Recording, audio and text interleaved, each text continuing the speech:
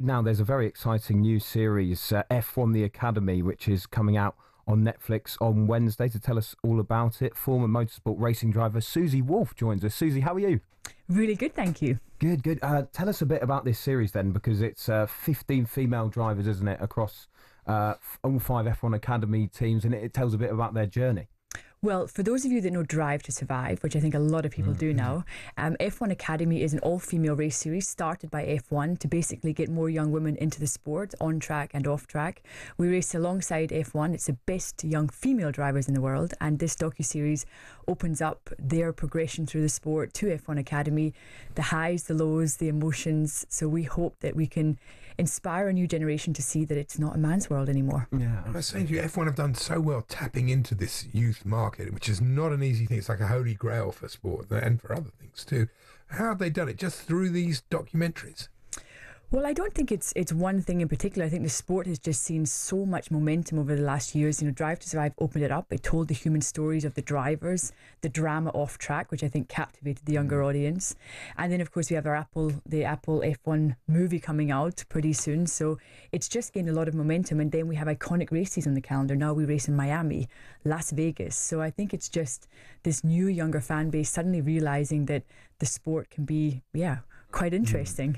Yeah, you were telling us 42% of Formula One audience is now female, which is quite remarkable, really. It's remarkable, and you know the fastest growing fan demographic that Formula One has, the 18 to 24-year-old female, which is probably a little bit why F1 Academy exists. We know we have this huge following out there, and it's really about showing these young women that the sport they love is making opportunity for young female talent. Yeah, I'm sure you won't want to give too much away in terms of what goes on in this series, but I'm sure we can expect similar kind of moments than in Drive to Survive, with that pressure ramping up. Is that the kind of thing we can expect when it comes up?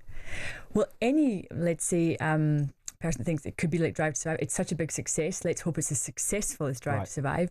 But because we are lower down in the rankings, the driver's on a much earlier part of her journey. She's not a superstar yet, so I would say we get more access. We tell more about the human story, and we really show how those young drivers have made it to F1 Academy and the challenges they face. Because in our sport, it's not segregated.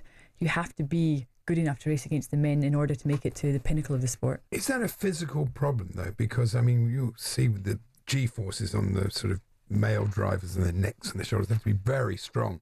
Is that a drawback, or is that something easily overcome? I don't think easily overcome, but I do think overcome. I mean, I drove and tested a Williams Formula One car successfully, so I know how tough it is, but I also know it's possible. But I don't shy away from the fact that men and women are different. We have 30% less muscle, but I think we're one of the few sports in the world where it's not just down to sheer power. It's about your ability in a racing car. Obviously, it comes down to driving fast, which is different than sprinting or, sheer strength. How do you find driving at 20 miles an hour in London? Must be really difficult. It's really difficult. I hate traffic. I hate driving slow. I can imagine. Yeah, Absolutely. It must feel very different for you. If we just quickly focus on the Monaco Grand Prix coming up, of course, as well. Such an iconic Grand Prix. Just reflecting on the last one and Verstappen's win. I mean, do you feel like he can properly challenge this year and compete this season for the title?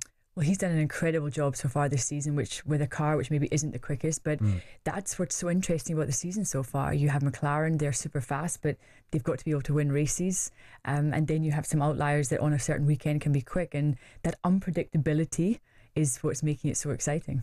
I saw this morning that I didn't realise this was happening. They're introducing a 2 pit stop sort of mandatory thing at Monaco, because although it's glamorous and it's a wonderful place and everybody has a fabulous time, it can be a bit of a procession, can't it? Oh, I agree. I love the race weekend, but without a bit of rain, let's keep our fingers crossed that this new 2 pit stop rule will help. But the problem is the cars are just so fast and so big, and the track is still so small.